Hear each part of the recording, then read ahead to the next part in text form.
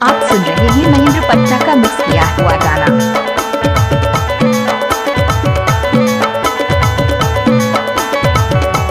नाचुरी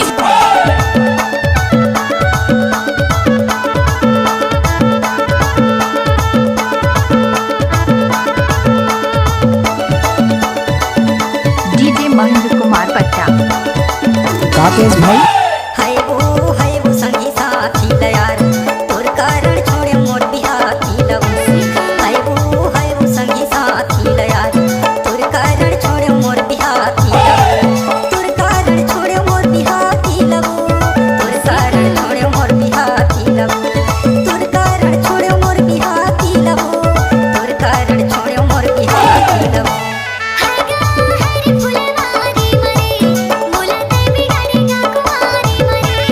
लहस झन्नाओ पास हो गया।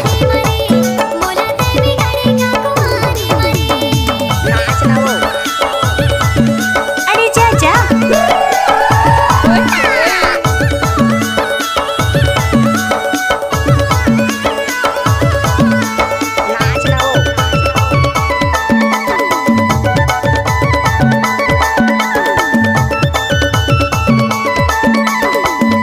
रे ऑर्केस्ट्रा बजा। नाचुरी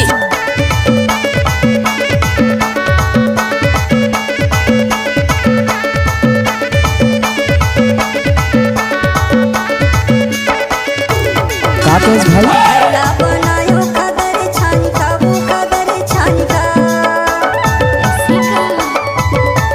घरला बनायो खबर छानी खाबू खबर छानी खा तोरे मीठे मीठे बोली लागे है पानी का वो लागे है पानी का तोरे मीठे मीठे बोली लागे है पानी का वो लागे है पानी का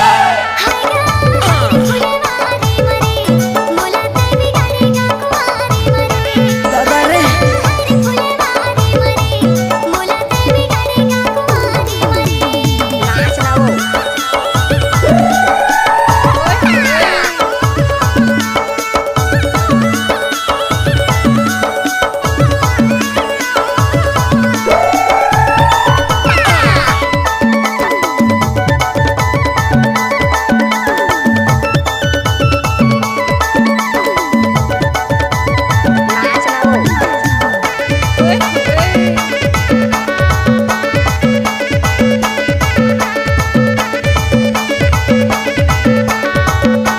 आप सुन रहे हैं महेंद्र पट्टा का मिक्स किया हुआ गाना।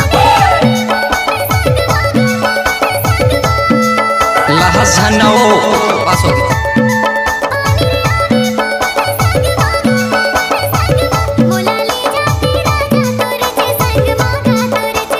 दादा रे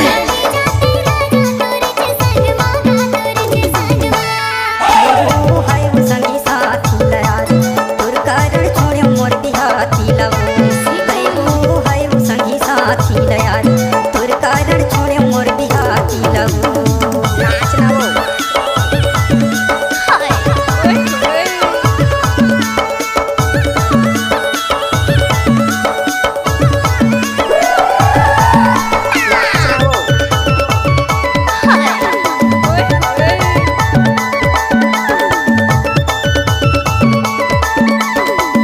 नाचुरी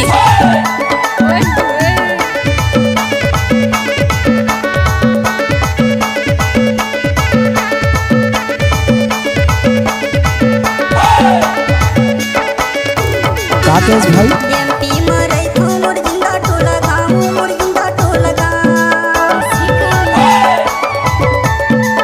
एमपी मरे तू मोर जिंदा टोला गाऊ मोर जिंदा टोला गा छत्तीसगढ़ी गाना गाथो रमेश यादव ना रमेश यादव ना छत्तीसगढ़ी गाना गाथो रमेश यादव ना रमेश यादव ना हाय वो संगी साथी यार तोर कारण छोड़े मोर बिहाती लव हाय वो संगी साथी यार